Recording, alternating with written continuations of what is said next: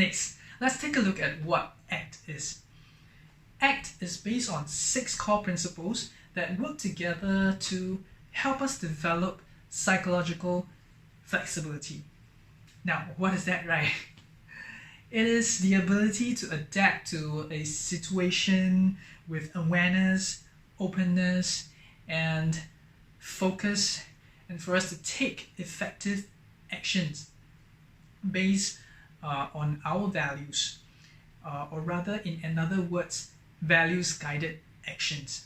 These 6 core principles are diffuse, expansion, connection, observing self, values, and committed actions. Now let's take a look at what the first principle, diffuse, means. First, we have to understand that humans rely heavily on words, and for each of the words there's a meaning attached to it, and it is the meaning we give to it. Because of this, we often think that some of the things are true even if it isn't. Now, close your eyes and imagine with me right now. I'm gonna black out the screen temporarily here, okay? Imagine that you are in your kitchen now. You walk to your fridge and open it. Saw a fresh lemon. You pick it up with your right hand, bring it close to your mouth and bite deep into it. How many of you can see images and even taste the lemon?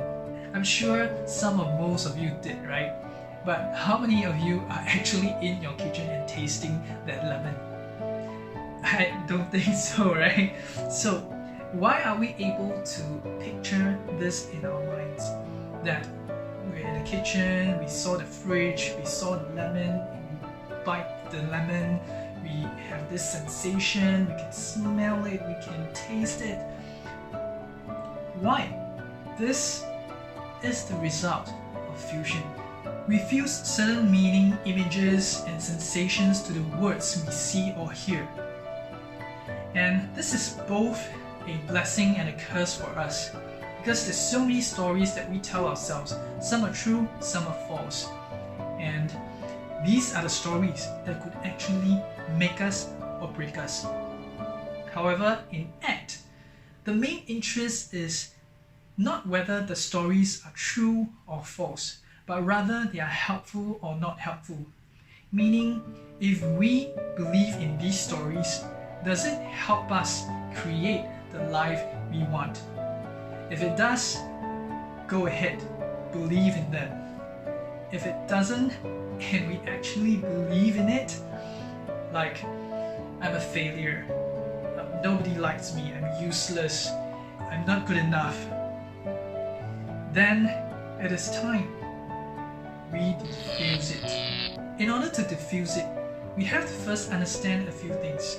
That our thoughts are just words or stories, which may or may not be true, may or may not be important, may or may not be wise, which are never orders to us, and they are never threats.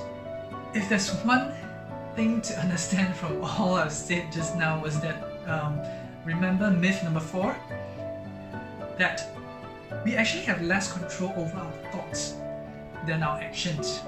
Now, it's not that we don't have control, it's just that we have less control over our thoughts than our actions. A simple experiment is this.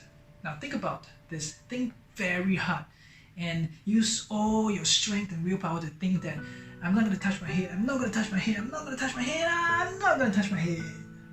I did. So what does this tell you? It tells you that we have less control over our thoughts than our actions, and that our thoughts and actions can be different, and that's how diffusion can happen. One of the ways to diffuse it is to add a sentence in front of any unhelpful thoughts that you have, and this sentence is, I notice I'm having the thought that. So for example, if I believe that I'm a failure, I will add this sentence in front of it. I notice I'm having the thought that I am a failure. And repeat this again. you gotta try this out and see how you feel about it. Okay, so think of any unhelpful thoughts that you have right now and add this sentence in front of it. Then you can pause the video, okay, and when you're ready, just play the video again to continue. Have you done it? If you have done it, you probably noticed that by adding this sentence in front of your unhelpful thoughts, it has put a distance between you and the meaning, isn't it? And it kind of like let you step back a little and take a look at it. Hey, I noticed that I'm having a thought that I'm a failure. Is this real or is this not? Is this helpful? Is this not helpful? Right? So you can see the thoughts as just a string of words, as what it is. But remember that the main aim of diffusion is not to get rid of the thoughts. It is rather to see the thoughts as it is, just a string of words, and not let them push you around. Let it be there without fighting. Sometimes it can bring you relief, sometimes it doesn't. However, like I mentioned before, the main aim of this diffusion is not to get rid of it. It is to free yourself from the oppression of your thoughts and use the energy that you have to focus on things that you value and do things that's meaningful in your life. Otherwise, you're going to fall back into this happiness trap. I hope this video has brought value to you. If it did, give me a thumbs up, comment below, or share it with a friend you care about, because you're not just sharing a video, you're sharing content that could make a difference in people's lives. And remember to hit the subscribe button or the notification bell to be notified of my weekly learnings from the books I've read on relationship, business, and personal development. Thank you. Do check out these other books I've reviewed. I hope they'll bring more value to you and inspire you to bring out your best potential. If you like this, hit the subscribe button and be part of the journey to inspire learning.